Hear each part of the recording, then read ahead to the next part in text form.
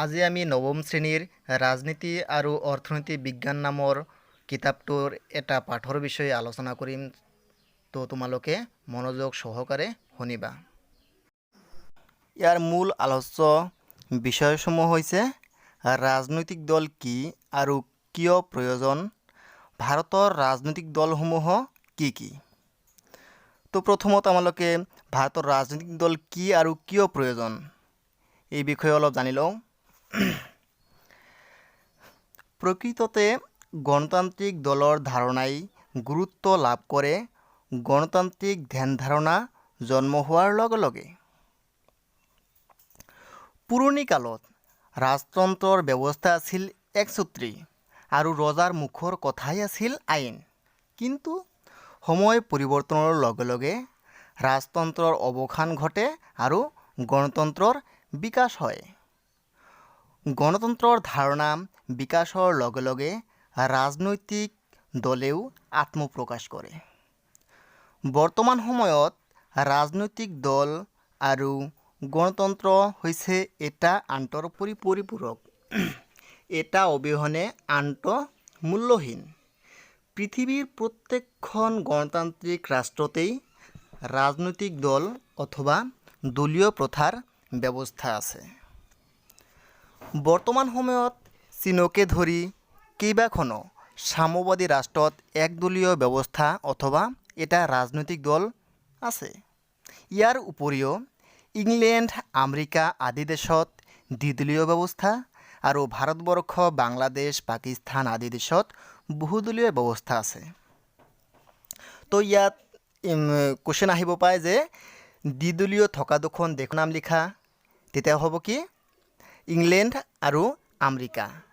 আনহাতে বহুদলীয় ব্যৱস্থা থকা দুখন দেশৰ নাম হ'লে কি হ'ব ভাৰতবৰ্ষ, বাংলাদেশ, পাকিস্তান ইত্যাদি। চ' এইবিলাক ভালকৈ পঢ়ি ল'বা। নিৰ্বাচনত জয়ী হৈ চৰকাৰ গঠন কৰা ৰাজনৈতিক দলটোৰ উপৰি বিৰোধী আসনত থকা ৰাজনৈতিক দলেও চৰকাৰৰ কাম কাজৰ ওপৰত তীক্ষ্ণ নজৰ ৰাখে।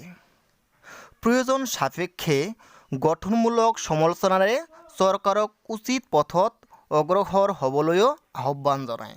গতিকে এটা কথা স্পষ্ট যে এখন সুস্থ সবল গণতান্ত্ৰিক ৰাষ্ট্ৰ গঢ় দিয়াত ৰাজনৈতিক দল হ'ব লাগিব অত্যন্ত প্ৰহৰী।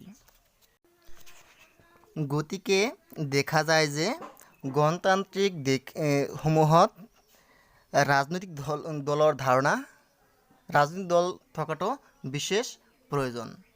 কাৰণ গণতান্ত্ৰিক দেশসমূহত ৰাজনৈতিক দল নহ'লে ইয়াৰ একেবাৰে মূল্যহীন আৰু ইয়াৰ যথেষ্ট প্ৰয়োজনীয়তা আছে। ভাৰতৰ ৰাজনৈতিক দলসমূহ কি কি, কেতিয়া আৰু কাৰ নেতৃত্বত এই দলসমূহ গঠন হৈছে এই বিষয়ে আমালোকে অলপ ভালকৈ জানি লওঁ। তো ভাৰতৰ ৰাজনৈতিক দলসমূহৰ বিষয়ে জানিবলৈ হ'লে আমালোকে ইয়াৰ ইতিহাসলৈ যাব লাগিব। 1885 চনতে কি হৈছিল ভাৰতৰ জাতীয় কংগ্ৰেছৰ জন্ম হৈছিল। এলেন অক্টেভিয়ান হিউমৰ নেতৃত্বত এই দলটোৰ জন্ম লাভ কৰিছিল। 1876 চনত এছ.এন. বেনাৰ্জীৰ নেতৃত্বত গঠন হোৱা দি ইণ্ডিয়ান এছ'চিয়েশ্যনক দেশৰ প্ৰথমটো ৰাজনৈতিক দল বুলি ক'ব বিচাৰে, যদিও ই দল নহয়, এটা ৰাজনৈতিক সংগঠনহে আছিল। উমেশ চন্দ্ৰ বেনাৰ্জী আছিল ভাৰতৰ জাতীয় কংগ্ৰেছৰ প্ৰথম সভাপতি আৰু তেওঁৰ সভাপতিত্বৰ দলৰ প্ৰথম অধিৱেশন বহিছিল বোম্বাইত, বৰ্তমান মুম্বাই চহৰত। জাতীয় কংগ্ৰেছৰ পিছতে 1906 চনত মুছলিম লীগ নামৰ দলটোৰ জন্ম হৈছিল আৰু দল আছিল হিন্দু মহাসভা আৰু এইটো গঠন হৈছিল কিমান চনত 1916 চনত। চতুৰ্থ ৰাজনৈতিক দল আছিল স্বৰাজ পাৰ্টি। 1922 চনত চিত্তৰঞ্জন দাস আৰু মতিলাল নেহৰুৰ নেতৃত্বত জন্ম হোৱা এই দলটো পিছলৈ ভাৰতৰ জাতীয় কংগ্ৰেছৰ লগত চামিল হয়। ভাৰতৰ ইতিহাসৰ প্ৰথমটো বাওঁপন্থী দল আছিল ভাৰতৰ সাম্যবাদী দল আৰু এইটোৰ জন্ম হৈছিল 1924 চনত। কাৰ্ল মাৰ্ক্সৰ সাম্যবাদী আদৰ্শক কেন্দ্ৰ কৰি জন্ম হোৱা এই দলটো আছিল পৰাধীন ভাৰতত জন্ম লাভ কৰা পঞ্চমটো ৰাজনৈতিক দল। 1938 চনত ভাৰতৰ জাতীয় কংগ্ৰেছৰ মাজত ছ'চিয়েলিষ্ট ফৰাম নামৰ এটা সাম্যবাদী আদৰ্শ গোটে গঢ় লৈছিল। প্ৰথমটো সাধাৰণ নিৰ্বাচনতে 50ৰো অধিক ৰাজনৈতিক দলে অংশ লৈছিল। ইয়াৰ মাত্ৰ 14টা দলহে সৰ্বভাৰতীয় শ্ৰেণীৰ আছিল আৰু বাকীবিলাক দল আছিল ৰাজ্যিক আৰু আঞ্চলিক পৰ্যায়ৰ।